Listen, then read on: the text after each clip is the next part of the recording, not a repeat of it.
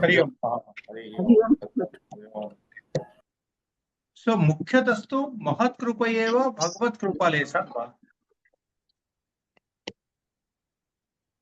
Primarily, pure devotion is gained through grace of Mahatmas and through a little bit of great divine grace also. That means Bhagavan's grace is also required.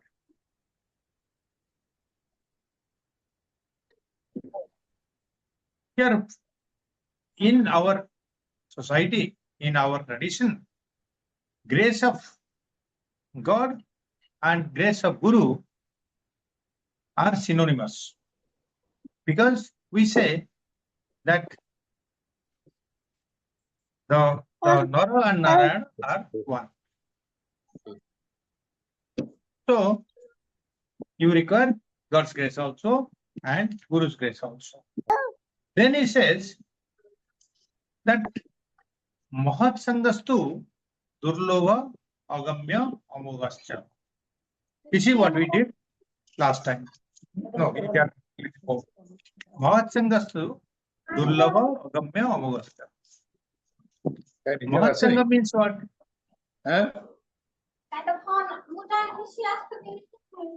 Mahat Sangha means good company, company with the great souls. Mahat Sangha means Mahat is great. Mahan se Mahat.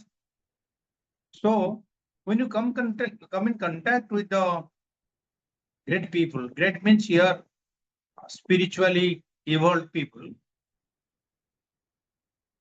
First of all, it is difficult to have the company of such people, because it is very difficult to know them. So it is called Durlava. The company of great souls, Mahatmas, is difficult. Durlava. Difficult to get the company. Agamya. Agamya means, you cannot understand also. How do you know if somebody is a Mahatma or not, somebody is a true sannyasi or not? It's difficult to know. Because we have not come to the level of understanding or study at which we can make out the other person's qualities. And Amoghascha. Amogha means no fault. Means those Mahatmas are, they are so pure in mind, they hardly do anything wrong. This is what the meaning is. So it is better. This is the advantage of having contact with great persons, Mahatmas, satsang with them. So then comes the Sloka 40 says, Labhya Devi Tat Krupayeva. That you gain Tat Krupa. Tat Krupa means those Mahatmas, their Krupa. These Mahatmas are attained by the grace of the God alone. Because how do you get a Guru? We discussed, I think, last time. How do you get a Guru? How do Sadguru kaise milte hain? How to retain it, to change or not? All that we discussed last time. So, when cultivating devotion to the Lord, even though it is difficult, one can attain through contact with Mahatmas, and that will happen with the grace of the Lord only. Labhyate api tat krupayeva. Tat here, tat means Bhagavan's krupa. You will get the grace of the Mahatmas, the company of the Mahatmas, through the grace of God.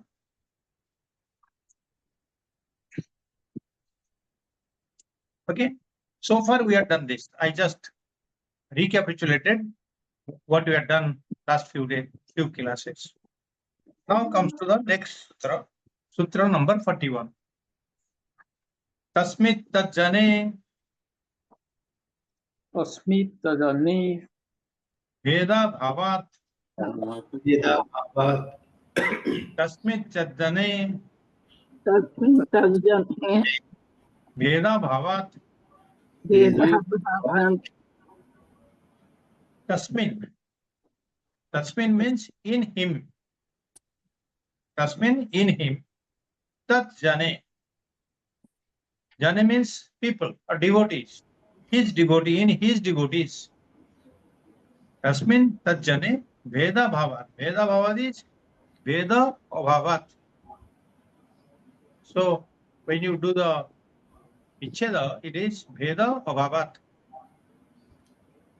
In him, in his devotees, because there is no difference. So you have to do what we discussed earlier. Because there is no difference between him, the Bhagavan, the Lord, and his devotees. This sutra can be interpreted two ways. One is that there is no distinction between Bhagavan and his devotees. Simple. Tasmin tat jane veda abhava. Or there is no difference between the devotees of the Lord. Tat jane veda abhava. Or the Bhagavan himself, the true devotee of the Lord, and the saint or the Mahatma that we are talking about earlier, Mahatma's company. So the devotee and the Mahatmas, both are Bhagavan himself, Narayana. When you are having the company of the Mahatmas, the great souls, he is also Narayana, and the Bhakta himself is also Narayana. So there is no difference between both of them. The Mahatma himself is expected to be a realized person who is a Brahmagyani, and the devotee also practicing the same thing. So one person, a person who knows the Brahman, he becomes Brahman. Brahmavit, Brahmeva bhavati. Brahmavit, Brahmeva bhavati. So one who attains the Brahmagyana, he becomes Brahman himself. So this is another interpretation of this same sutra. So who is a man of realization? This we are talking of the satsang of Mahatmas. So who is a man of realization? Who is a liberated soul? The person who has transcended, who has gone beyond the pluralistic world of infinite distinctions. Because we find the whole world is full of that. Each of us are identified as different persons. Millions of people are there. They are all different. Then we have millions of other species.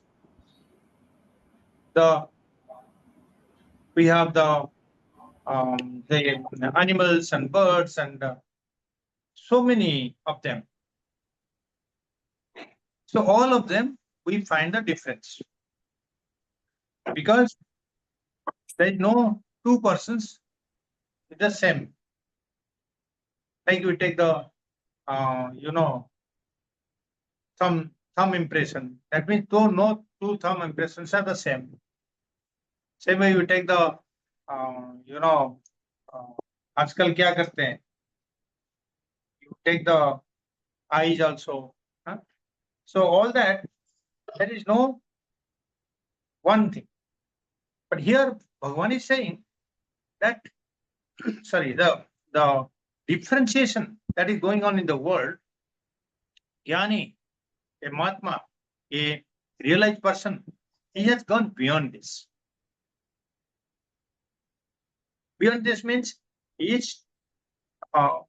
doesn't differentiate between the devotees, the people, because he considers they are the same. They are the same people or the some people, some Atmas, they say they children of the Lord, or some will say they are Brahman only. Everywhere Bhagavan is pervading, everywhere the presence of the consciousness is there. So there is no difference between two. Advaitam. Because we are all studying Advaita. There is no two. There is only one. And one is that Brahman alone, or the Atma, or the consciousness, or the awareness. It is one only. There is no two. So a realized person knows that there is no difference, there is no distinction between person to person, between the animals or the birds or the trees or the Buddha, whatever it is. So for him, the entire universe is one single divine glory of expressing through different equipments. Entire universe is one Bhagavan's expression. Srishti is what? The Lord, He Himself is expressing through different names and forms. From the standpoint of Vedanta, is one infinite truth. It is playing a variety of world of objects and beings. Entire universe, the cosmos, is created from one truth, that Brahman, and that plays in each and every being and objects of the universe. The essence is, as it is said in the Mandukya Upanishad, Ekatma Pratyaya Saram. Eka Atma Pratyaya Saram. The essence is one Atma. The thought of one Atma. Pratyaya is thought. Ekatma Pratyaya Saram. One Atma is prevailing throughout the universe. So there is no two, and Prapancha Upasamam. And the Jagat is Mithya. But this is from the standpoint of Vedanta. When you are evolved in spiritual practices, you are able to see this vision, then your life becomes easier. You don't find any differentiation between the person to person. When you meet another person, however cruel he may be, you will be able to calm it down, because you see the presence of Lord in him, and you will not show any discontent or anger because of encountering a person who is not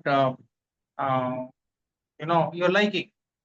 So when this thing happens, when you don't find any differentiation, then you tend to have no negative feelings.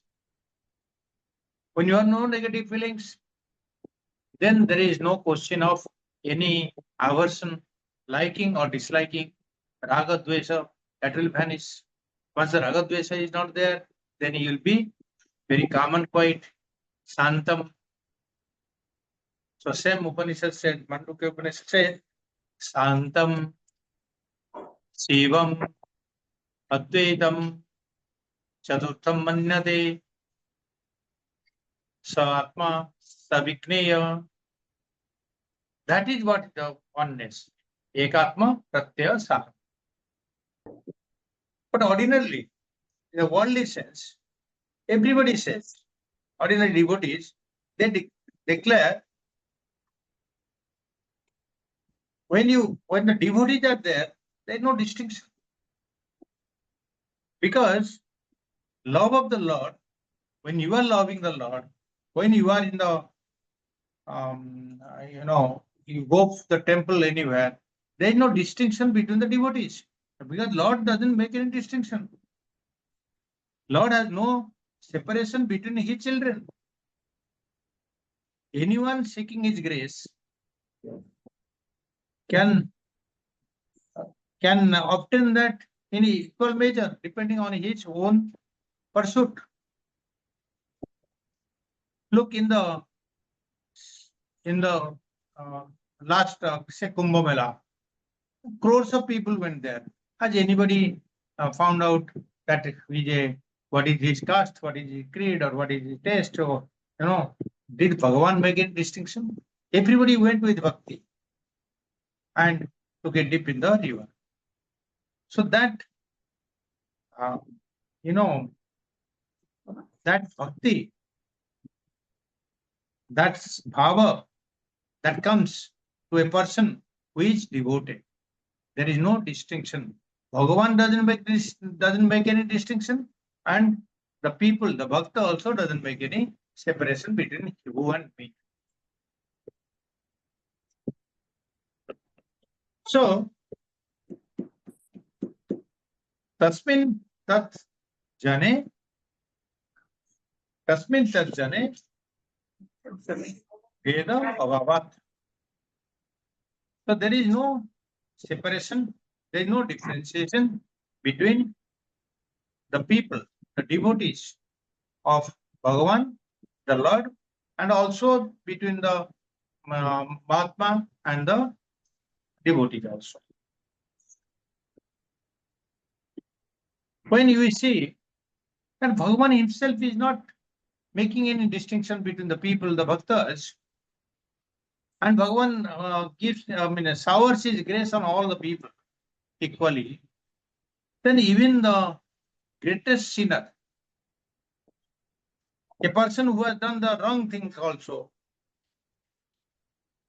both paap kiya hai, he will also feel assured that Bhagavan can forgive everybody.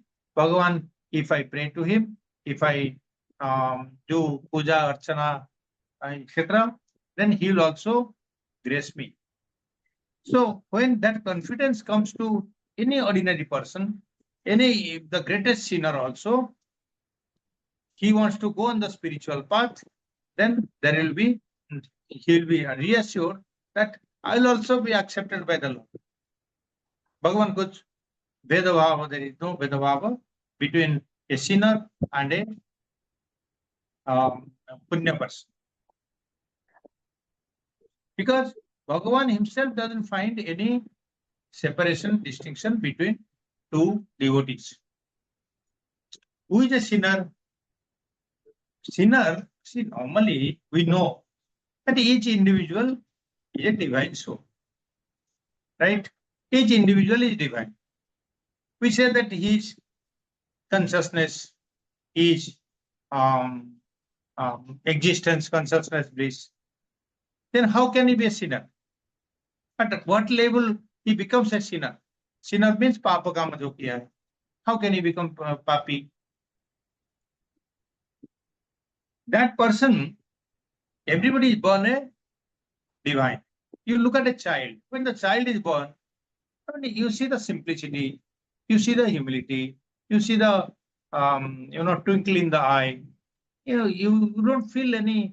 There is no Vedavava in that. There is no distinction. There is no mentally also, externally or internally also. The child has not gone through any of the worldly vices. I can say these are vices. He is divine.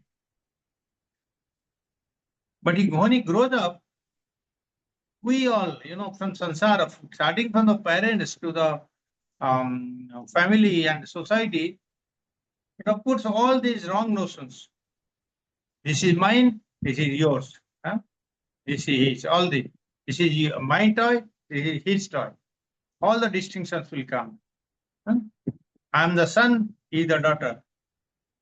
All these Bhedavava, the families themselves start, then they'll put that into the mind of the child over a period of time. Parents, the family, and the society, it floods the child's mind with the differentiation. But then that is not all. That is what happens to everybody. But then some of them, the nature of the person, even though he is divine, he comes in contact with wrong type of people. He comes in contact with maybe from the family, from society, anywhere. But he identifies himself that I am this body, I am not the divine. First of all, number one is that is a difference between the identification of myself as the physical body and mind, as the flesh and blood. And the person starts, this is because of ignorance, because I don't know. It is not that from outside, it is ignorance, avidya. Then he starts, enjoying the world. Endless gratification, sense gratification. I like this. I love this. I like this music. I like this food. I like this clothing. I like this house, my car, my Goda, Gadi, stuff all the time. You run after objects of the world. And the moment he decides to turn towards the own self,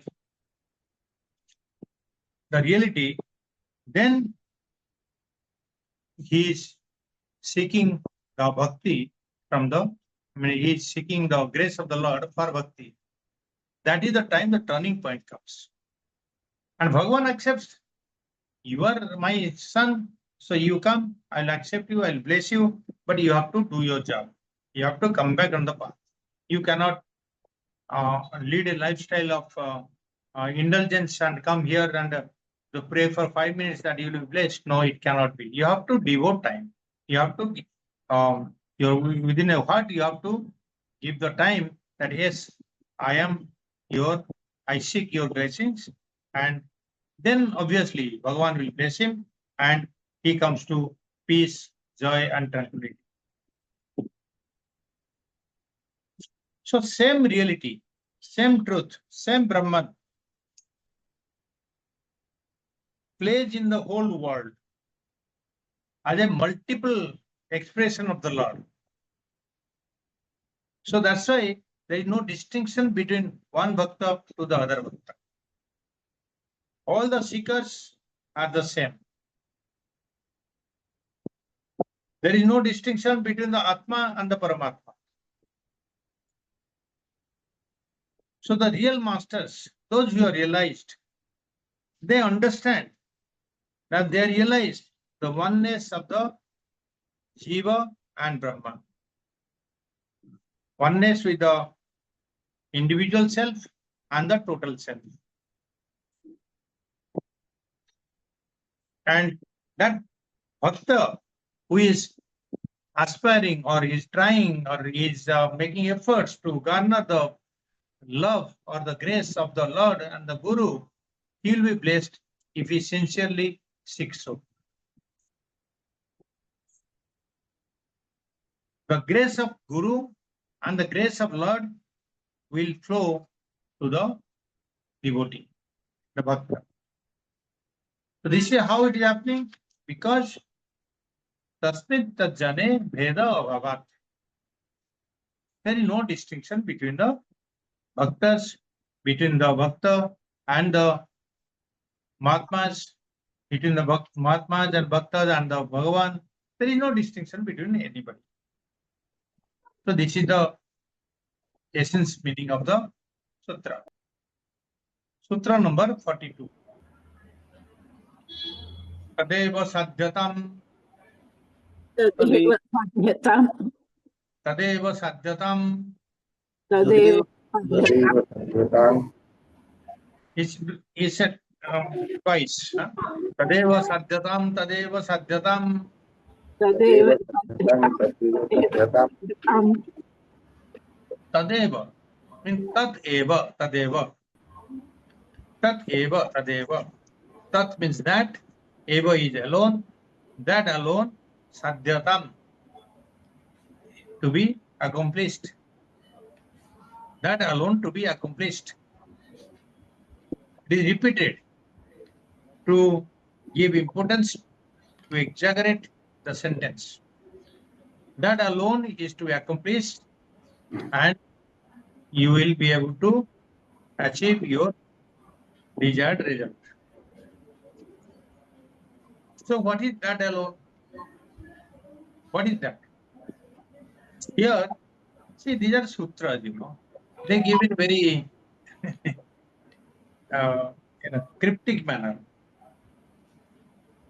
Cryptic manner means they could have tell what is that, instead of putting a pronoun here, he could have put some what is that tat stands for. No? So we have to guess. So that is the interpretation. It happens. You have to get what is that tat. Here, tat is not the Brahman or the Bhagavan or the Guru or the Mahatma. Here, tat is those practices, those sadhanas, which we have seen through these last few sutras. Those sadhanas which enables us to garner the grace of the Guru and the Lord, the grace of the Mahatmas and the Lord. Those practices have to be tadeva sadhyatam. That has to be practiced, that sadhanas, that has to be accomplished. If it is said that you keep good company, or you give up, renounce the company of the objects of the world, yes, you have to do it. Otherwise, there is no use. There is no point in blaming Narada that I am not getting bhakti. But whatever he is saying, you do it, no? Then only you will get. So tadeva sadhyatam. That alone, those practices have to be accomplished. So those practices have to be adopted at all times, at all conditions, by the sincere seekers. Seekers means here the bhaktas, right?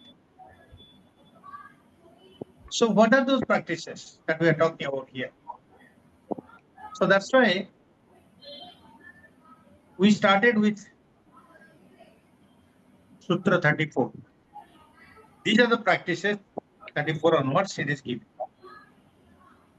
That Narada has prescribed those sadhanas, those means of developing bhakti.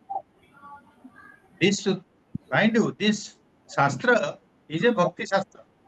So it is obviously, it will realize Bhakti, how beautiful it is, how it can take you to the Lord. All that he is doing. That's the Shastra is doing its job. But we should also understand this is equally required for any type of sadhana. You may be walking the path of jnana or karma or yoga, but bhakti is necessary for everyone. So take out the idea from your mind that no, I am not a bhakta, I am a jnani, I am a karma yogi, I have no bhakti. Those ideas you remove from the mind. Bhakti is absolutely essential for any other sadhana also, any other path also. So Naraji is prescribing the means of developing bhakti. Those means that what he said earlier, and that those sadhanas, those means, those have to be practiced, and the goal has to be achieved. So he has given 4 or 5 sadhanas here. I'll just repeat that again, because we had seen. I mean, by repeating these sutras, I'm trying to inculcate and deepen your thought in that, yes, these thoughts are there. So what are these sadhanas? Number 1, in 35, he says, Visa Tyagat. By renouncing the objects of the world. We have seen how we get attached to the objects of the world. So, the 35th sloka, he says, Visa Tyagat. That has to be practiced. It is not that you renounce, that means throw away and give everything in donation and leave only nothing, you don't keep anything. It is not that. The tyaga, you must understand. Tyaga is giving up. But giving up is not physical giving up. It is giving up the attachment to the objects. Attachment means it's a mental thing. See, that attachment to the objects, you have to give up. Same way, give up the Sangha Tyaga. Sangha means attachment. Attachment to the people. Here Sangha is the satsang or batsang or all that Sangha. The attachment with the people, the beings, the pranis, all these living beings. So you don't develop attachment. I've seen people, nurturing, they keeping, dogs at home, and they get so attached, the play and keep and uh, keep them, feed them, dress them. You'll see people also so attached to their pets. They dress them, nice frocks they'll make and draft it around. They'll put some gloves also. They'll put celebrate the birthday of the dogs also. So attached there. See, I mean, keeping pets is good, but don't be attached. Finally, some separation will be there sometimes. So you should not cry. So this is Sutra 35 that gives you Visatyaga and Sangatyaga. Visatyaga is a renunciation of the objects of the world. Sangatyaga is renunciation of the living beings. Then he says 36 that by uninterrupted tender service to the Lord at all times. That means uninterrupted. How it can be uninterrupted?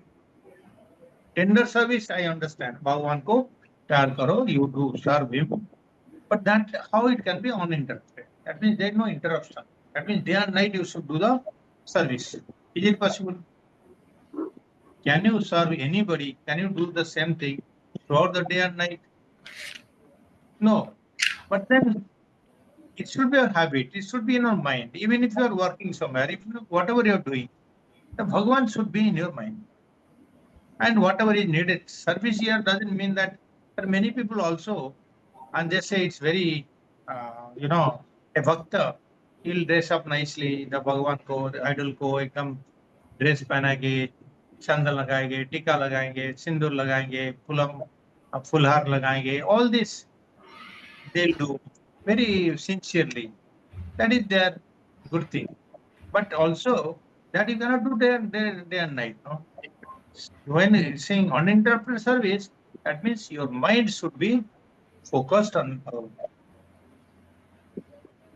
Normally, when you say Bhagavan, is it that we have so many devatas, Devi devatas? You do the bhakti of everybody? You cannot, because again it has to be focused. It has to be concentrated. How? You must have a Ishta Devata, the Devata whom you like the most, whose qualities and attributes are liked by you, or you know the stories, or you know their leelas, pastimes. Then only you like it. You may like Krishna more, or you may like Shivji more, or Ganesha, or Hanumanji, Ramji, whatever it is. So you should have an Ishta Devata whom you will pray more than others. So you'll have a total bhakti towards him. So uninterrupted, tender service to the Lord at all times. Next is another sadhana is Sravana Kirtana Lokepi. Sravana Kirtana. People do Sravanam like we do. Sravana of many pastimes and Leelas of Bhagavan. You listen to the stories, Bhagavat stories, or even stories of the Upanishads. There are so many, or you can listen to the videos or cassettes that makes you, then you think of him. When you're listening, that means that information is going to your head. So then you become aware of his position. Savana, Kirtana, Lokepi. So Lokepi means what? Even if you are performing another worldly duty, mind you, even if you are performing other worldly duties, you should do also Bhajana Kirtan. If you are doing cooking in the kitchen also, remember him. If you are working in the office also, remember him. Maybe you can, develop a habit of chanting something, some bhajan or Hanuman Chalisa or something like that. You're traveling, suppose you're traveling, it's good. Many people, like I also do that while traveling, starting the travel, you chant Hanuman Chalisa. So remembering Bhagavan, Bigna Nasna. So, so these practices should be diligently pursued, and you should do in such sincerely that it should come to a logical conclusion. So this is what has been projected in this sutra. So devotees must spend their time in bhajan, kirtan, shravanam, mananam, and also vairagya. You cannot be, as I told you, you can't be so attached to the things of the world, the people of the world. Detachment from the people and objects is essential. We only nod our head, we say, yes, we are doing, but it is not. Essentially, we have to mentally, we have to get detached from the objects and the people of the world. One thing is the desires also should reduce. Desires keeps on, as you know, the desires make all the problems. So you should reduce desires, live with less. This is what I always say. The moment your need is reduced, then you don't have to strive for it. Then you'll get more time for service to the Lord. So His grace. Next comes the activities. Next thing comes the grace. Grace of Bhagavan flows to you once you serve Him. The grace of the Lord will flow unhindered without any stoppage. And also the grace of the Guru and the grace of the Mahatmas will follow if you are with Him. And he says the grace, the Guru and the devotees, and the devotees are between the devotees and the devotees, there is no distinction. And when the Bhakta surrenders to the Lord unconditionally, then obviously the effect is very good. But then something remains. What remains? See, when the Bhakta surrenders to the Lord, he says, Bhagavan, I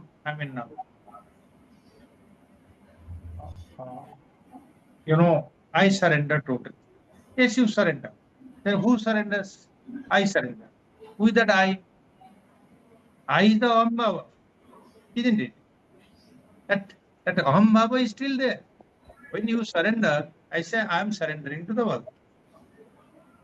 So that I is still there. Aham Bhava remains. That ego remains. The ego stands on the between you and Bhagavan. Little bit right. That is a curtain, that is a separation between the self of the devotee and the self of the Lord. So a time has to come when you surrender that self also. But I listened to some Mahatma stuff, Paramatma stuff today, that self, that Aham Bhava cannot be totally taken out. That has to be reduced to the minimum. But Abhasa will remain always. You understand the Abhasa? That means there will be some that Aham Bhava will remain. Otherwise, you cannot exist unless you surrender in such a way that your ego is totally surrendered, and then you become one with the Supreme Consciousness.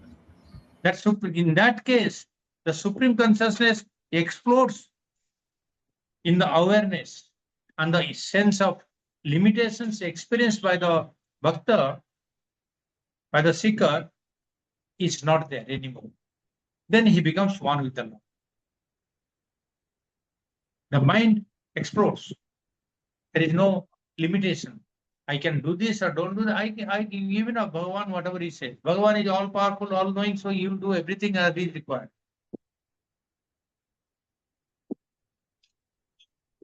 But for doing this is a higher level of bhakti. But for an initial stage also,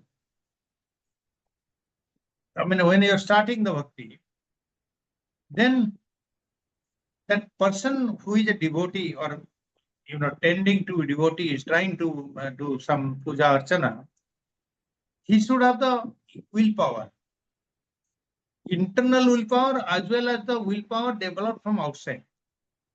That means own swabhava hona chahiye, and then of course the influence of the guidance of the guru and the mahatmas is also required.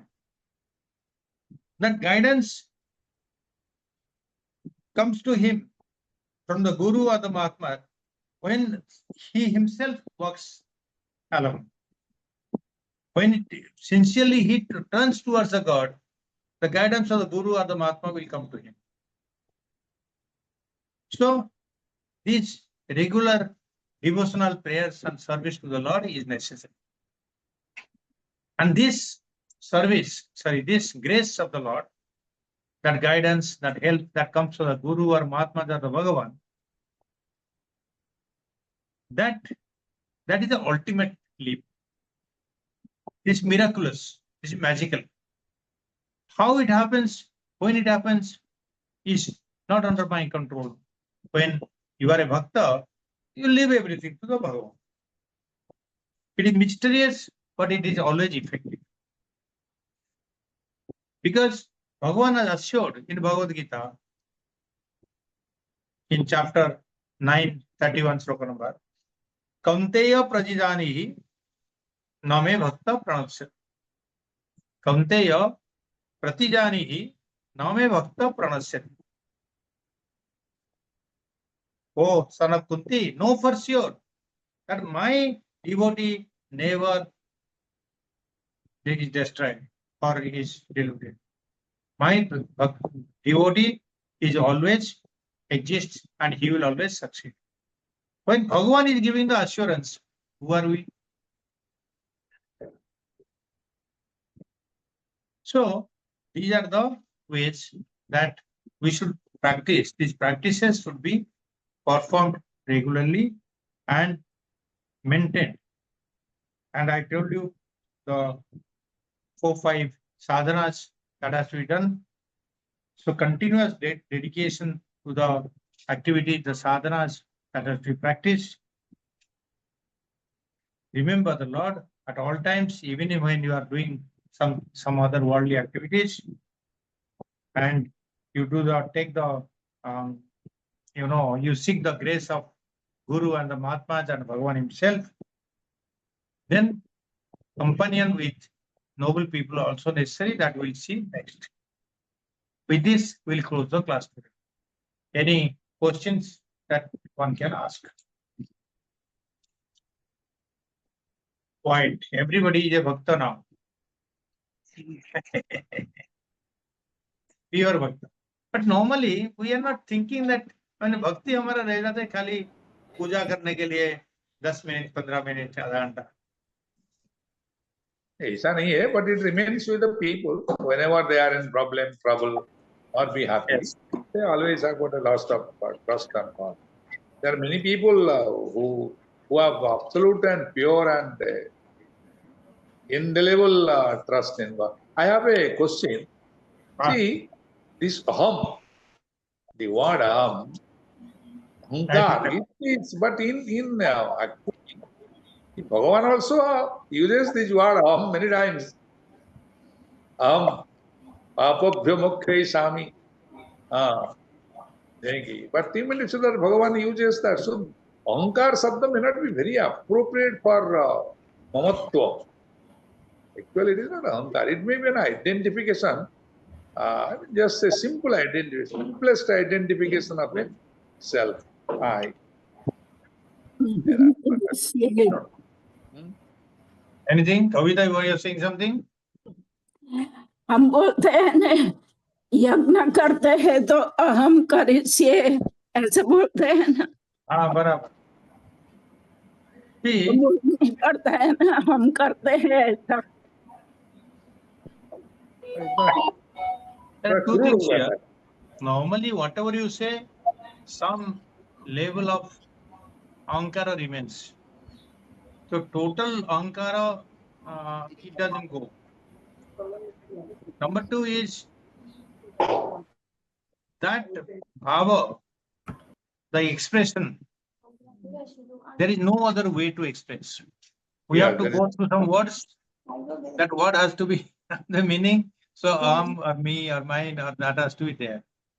Even if you are totally dedicated to the Lord or given up everything you have done, huh?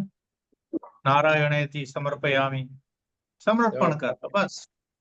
But then still the question arises, who is who is doing that Who samarpana? it is me? Who That it is me. me? That me. That me is this. Who it is me? But Paramartha Yeah. says that is only a It's an expression. very limited way that you should accept that Aham Bhava will remain as long as you are serving the Lord or whatever you are doing. That little bit will remain. Okay. Because another question.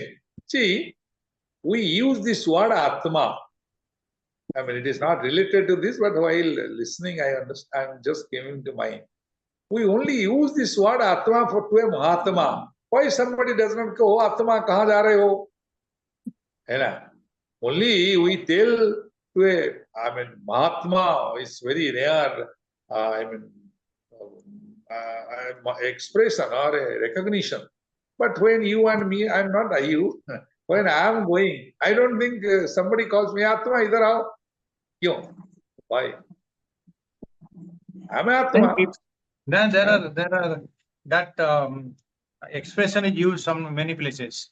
In Yeah. Rishikesh, many people call, how many for those they come for the Viksha, कितना आत्मा है, कितना आत्मा गए, 25 आत्मा है, ऐसा गिनती करते आत्मा बोल के. No, our, these people, our Mahima Dharmi, they call it as murtis. So many murtis are there, so many murtis. बराबर. They call It's murtis. correct. See, these are the way of addressing. That is, they may not be meaning the actual meaning or something. You don't have to go for that. Hathi is never pronounced as, they don't call it a panch hathi aya. They say that pancha ghara astile, 5 gharas. Hathis are pronounced as gharas. Home. Yes. Anyway, thank you. Okay. Shishir Babu, your take. Yes. You have to unmute. For all our transactional activities, aham has to be used because that is how we make transaction in this world. Though spiritually, actually aham has to be reduced and it has to be sort of true bhakti or anything, it has to be merged with only Atma. That is the only prevailing truth. So that is how, but in this world we have to use, because whatever yajna suppose you are doing, yes, aham, or that has to be used. Otherwise there cannot be any this transaction, because there is a world which is just giving and taking type. So one has to use, yes, I am giving, you are taking, you are giving, I am taking, like that. So though there is no I or you, in that way. Okay. And Okay. Okay. So we'll close the class now. Prabhu, anything from your side? Sir, as per our prarabdha, we will continue till We'll continue, yes. so during that time only we have to do bhajan kirtan or anything. So Aham Bhava will still remain that. Unless that is there, we cannot reach the Supreme Lord. And you have to continue, you have to develop that sadhana also. This. Yes, that What क्या बोलते हैं? You have to develop. It's not जितना है, but you have to develop more. There is practices you have to start. Okay. Okay. So the foundation of all sorts of yoga, the parameters are same, like Bisa Tyaga, Sangha Tyaga, then even listening to or Kirtan of Bhagavan's name. These are the fundamental rules on which the foundation of spiritualism has to be based, I think. Yes. You come to wherever you go, it will happen. And It only has at to the final level, there will be some differences of come twist. opinion. Otherwise, the basic things, it is the same. Okay. So we close it now. Hari Om. Hari Om.